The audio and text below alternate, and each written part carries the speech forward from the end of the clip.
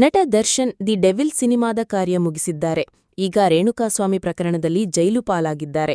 ಇದರ ಬೆನ್ನಲ್ಲೇ Darshan ಅನುಪಸ್ಥಿತಿಯಲ್ಲೇ the devil ಸಿನಿಮಾವನ್ನು ಬಿಡುಗಡೆ ಮಾಡಲು ಚಿತ್ರತಂಡ ತೀರ್ಮಾನಿಸಿದೆ.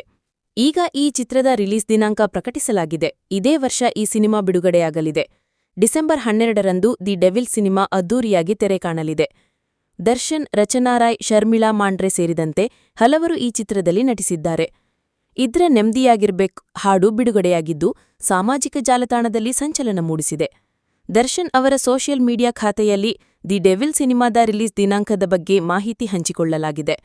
ಜೈಲಿನಲ್ಲಿರುವ ಅವರ ಖಾತೆಯನ್ನು ಈಗ ಪತ್ನಿ ವಿಜಯಲಕ್ಷ್ಮಿ ಅವರು ನಿಭಾಯಿಸುತ್ತಿದ್ದಾರೆ. ನಲ್ಮೆಯ ಸೆಲೆಬ್ರಿಟೀಸ್, ನಿಮ್ಮ ನಿರಂತರ ಪ್ರಾರ್ಥನೆ, ಪ್ರೀತಿ ಮತ್ತು ಬೆಂಬಲಕ್ಕೆ ಅನಂತ ಧನ್ಯವಾದಗಳು. ನೀವು ಕಾತುರದಿಂದ ಕಾಯುತ್ತಿದ್ದ ದಿ ಡೆವಿಲ್ ಡಿಸೆಂಬರ್ 12ರಂದು ಬಿಡುಗಡೆಯಾಗಲಿದೆ ಎಂದು ಪೋಸ್ಟ್ ಮಾಡಲಾಗಿದೆ. ನಟ ಚಾಲೆಂಜಿಂಗ್ ಸ್ಟಾರ್ ದರ್ಶನ್ ಅಭಿನಯದ ಡೆವಿಲ್ ಸಿನಿಮಾ ಬಿಡುಗಡೆಗೆ ಮುಹೂರ್ತ ನಿಗದಿಯಾಗಿದೆ.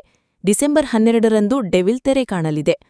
ನಲ್ಮೆಯ ಸೆಲೆಬ್ರಿಟೀಸ್, ನಿಮ್ಮ ನಿರಂತರ ಪ್ರಾರ್ಥನೆ, ಪ್ರೀತಿ ಮತ್ತು ಬೆಂಬಲಕ್ಕೆ ಅನಂತ ಧನ್ಯವಾದಗಳು. ಚಿತ್ರದುರ್ಗದ ರೇಣುಕಾಸ್ವಾಮಿ ಕೊಲೆ ಪ್ರಕರಣದಲ್ಲಿ ಬಂಧಿತರಾಗಿರುವ ನಟ ದರ್ಶನ್ ಪರಪ್ಪನ ಅಗ್ರಹಾರ ಜೈಲು ಸೇರಿದ್ದಾರೆ. ಅವರ ಪರವಾಗಿ ಪತ್ನಿ ವಿಜಯಲಕ್ಷ್ಮಿ